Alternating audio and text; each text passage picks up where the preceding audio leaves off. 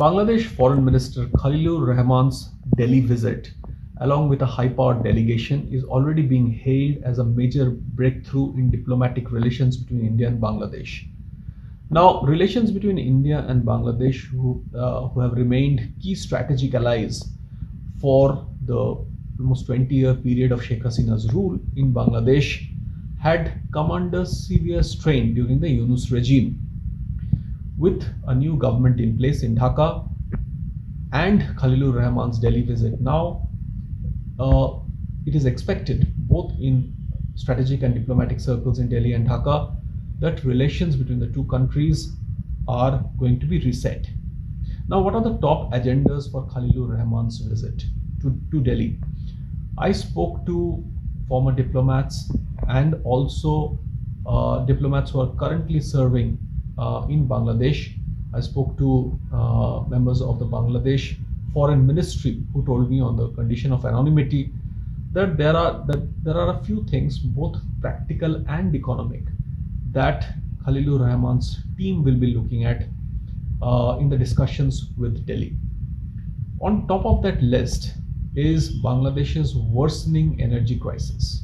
Now, because of the war in the Middle East, Bangladesh's energy needs have come under considerable strain, and Bangladesh would be looking at India to import crude oil, LNG, and diesel for its energy, to meet its energy needs. Now, that's one point. Second is visas. Dhaka feels that since a new government has come to place, it has opened up visas for Indians, but Delhi has not really reciprocated by giving enough visas to Bangladeshis seeking to come to India. Then there is trade. During the Yunus administration, there were a lot of tariffs and non-tariff measures that were put in place, which have hurt bilateral trade. India and Bangladesh will look at being in business together again and looking at those measures, where those measures can be relaxed. A major talking point for Dhaka will be the nomination of Khalilur Rahman for the presidency of United Nations General Assembly. Now, Dhaka would seek Delhi's support for Rahman's presidency. Then there is, of course, the Ganges water sharing treaty. It's a major point of discussion between Delhi and Dhaka.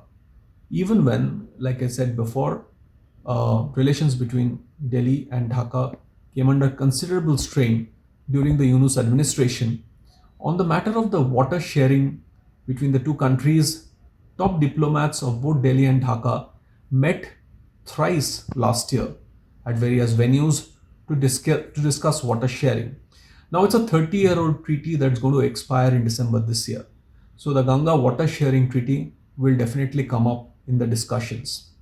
As far as India is concerned, and I spoke to Veena Sikri, former Indian High Commissioner to Bangladesh in the 2003 to 2006 period, who said that one of the important issues for Delhi, even as it tries to mend ties with Dhaka, would be India's security red lines.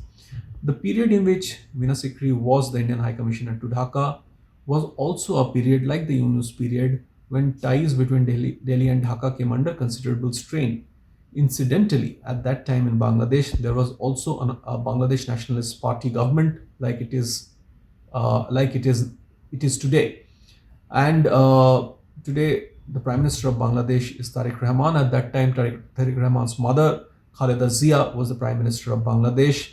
And Sikri told me that there were many instances when India had reasons to be alarmed because of the goings on inside Bangladesh that threatened its security. So Sikri said that, one of the discussions from India's side would be that Bangladesh respects India's security red lines and does not use its territory to be used in any anti-India activity. Lastly, there is the Hasina question. Now, Sheikh Hasina has been given the death verdict by Bangladesh court, and she is in exile in India.